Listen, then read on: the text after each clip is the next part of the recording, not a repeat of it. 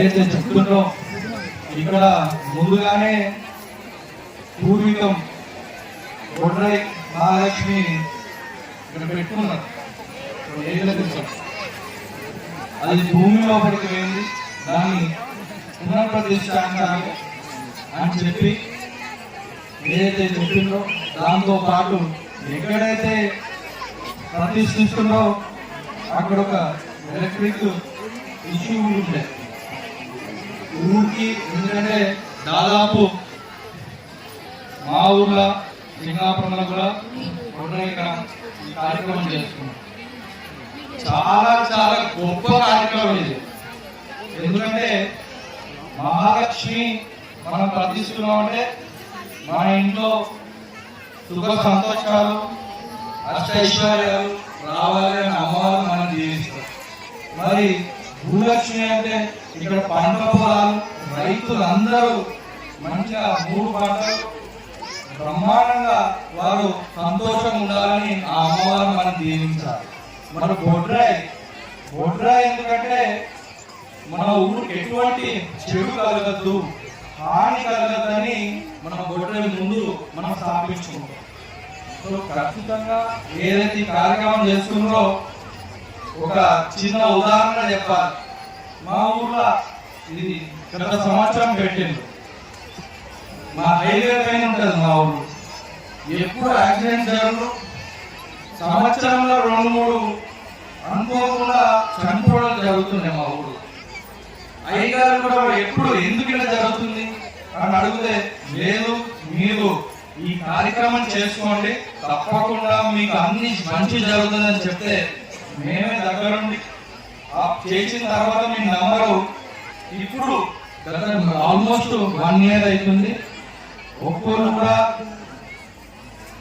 Accident కానివ్వండి హఠాత్తు మరణాలు జరగదు. సో అంత పవర్ఫుల్ ఇప్పుడు మీరు ఏదైతే కార్యక్రమం చేసుకుంటున్నారో. అది కాకుండా ఇప్పుడు మీరు చూడొచ్చు వేదికలు ఇంతమంది ఒకసారి ఎప్పుడు మనం ఒక డ్యూటీకి కానీ ఒక గారికి ఇంతమంది చేయరు. చుట్టాలు మన గ్రామ ఊరు నుంచి కానీ అందరు పిలుచుకొని మనం బ్రహ్మాండంగా చేసుకుంటున్నాం. కట్నాలు పెట్టుకుంటున్నాం, మన ఆడపడుచులు పెట్టుకుంటాం. సో మంచి కార్యక్రమం ఇది. ఈ గ్రామానికి నాకు పిలిచినందుకు నాకు సంతోషంగా అదృష్టంగా భావిస్తున్నా. మీ అందరితో పాటు ఇక్కడ అమ్మవాళ్ళ పోచమ్మ దగ్గర వచ్చి ఆశీర్వాదం తీసుకున్నందుకు. ఇదే కాదు, ఊర్లో ఎటువంటి సమస్యలున్నా నా వంతు సాయం ఉంటుందని చెప్పి మరొకసారి ఇక్కడ ఊరు ప్రజల ముందు కూడా నేను తెలియజేస్తూ, నాకు అవకాశం ఇచ్చిన పెద్దలందరికీ గ్రామస్తులందరికీ పేరు పేరున ధన్యవాదాలు, నమస్కారాలు తెలియజేస్తూ, ఇంకొక చివరి విషయం నేను చెప్పాల్సింది ఏంటంటే, ఇప్పుడు దాదాపు నాకు తెలిసి ఒక 3000 నుంచి 4000 మంది మన ఊర్లు ఉన్నారు. ఇట్లాంటి కార్యక్రమంతో ఒకటి అంటే ఎందుకు చెప్తున్నా అంటే, ఊర్లో కూడా ఒక బిజినెస్ ఇప్పుడు ఈ 3-4 రోజులు అందరికి కూరగాయలు కానివ్వండి, పాలు కానివ్వండి, తర్వాత మాంసాహారం ఏదన్నా పూలు విషయం కానీ. సో ఇది చాలా మంచి కార్యక్రమం. ఆభరణంగా చూసుకుని అందరూ లాభం వచ్చే కార్యక్రమం కాబట్టి మరొకసారి వీళ్ళందరూ పనులు పెట్టుకొని వర్కింగ్ డేస్ లో కూడా చుట్టాలందరూ వచ్చి ఇక్కడ పాల్గొన్నందుకు పేరు పేరున అందరికీ కృతజ్ఞతలు, ధన్యవాదాలు తెలియజేస్తున్నాం.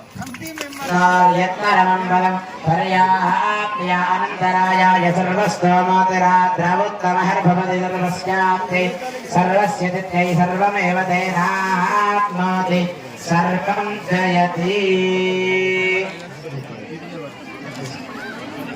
నారాయణాయ విద్మహే వాసుదేవాయ ధీమహి తన్నో విష్ణుః ప్రచోదయాత్. దేవాయ జీవదే